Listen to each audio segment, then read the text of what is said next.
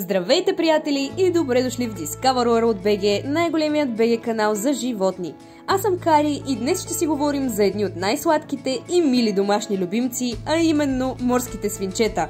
Ако обмисляте да си вземете морско свинче или вече имате едно, но искате да се грижите по-добре за него, това видео е точно за вас. Ще разгледаме най-важните неща, от избора на подходящо морско свинче, през създаването на удобен дом, до правилното хранене и грижа за здравето. Ако обичате животните, не забравяйте да се абонирате за канала, натиснете камбанката и нека започваме! Как да изберем морско свинче? Морските свинчета са социални и дружелюбни животни, но изборът на подходящо морско свинче е изключително важен. Ето няколко съвета, които трябва да знаете. Само едно или повече. Морските свинчета са стадни животни и се чувстват по-добре, ако имат приятел. Ако можете, вземете две, за да не се чувства самотно. Късокосместо или дългокосместо.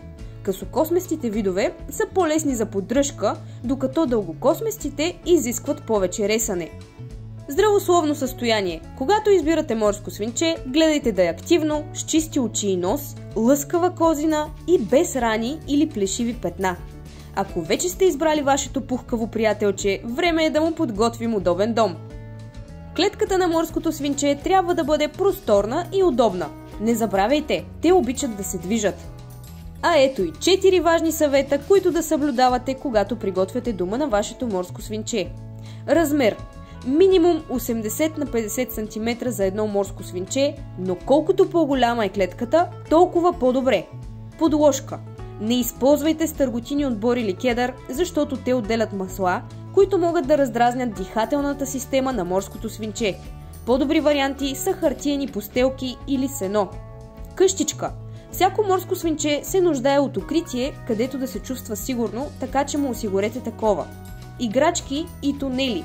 Морските свинчета обичат да изследват и да дъвчат, затова тунели и картонени играчки ще ги направят по-щастливи. Не забравяйте! Клетката трябва да се почиства поне веднъж седмично, за да е чиста и да няма неприятни миризми. Хранене и грижи. Правилното хранене е ключът към здравето на морското свинче.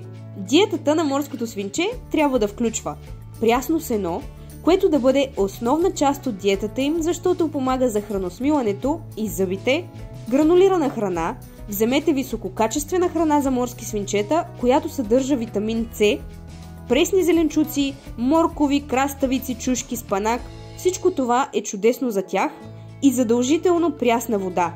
Винаги трябва да имат чиста вода в бутилка с накрайник. Важно тук, никога не давайте на морското свинче лук, чесън, картофи, шоколад или всякакви сладки неща. Те могат да бъдат изключително опасни за него. Социализация и грижи за здравето. Морските свинчета са страхотни домашни любимци, но имат нужда от внимание и грижи. Говорете им и ги гушкайте. Те обичат вниманието и могат да свикнат бързо с вас. Задължително им режете ногтите. Ногтите на морските свинчета растат постоянно, така че трябва да ги подрязвате на всеки няколко седмици. И не забравяйте посещението при ветеринар. Особено ако забележите промени в поведението, загуба на апетит или проблеми с козината, е добре веднага да потърсите ветеринар. Морските свинчета могат да живеят между 5 и 8 години, а има случаи, в които и повече, така че ако ги отглеждате правилно, ще имате дълго време пухкав приятел. И така, приятели, надявам се това видео да ви е било полезно. Морските свинчета са страхотни домашни любимци, те са социални, любопитни и изключително сладки. Ако видеото ви е харесало, натиснете лайка, абонирайте се за канала и ми напишете в коментарите имате ли морско свинче или планирате да си вземете. Благодаря ви, че гледахте и до следващото видео!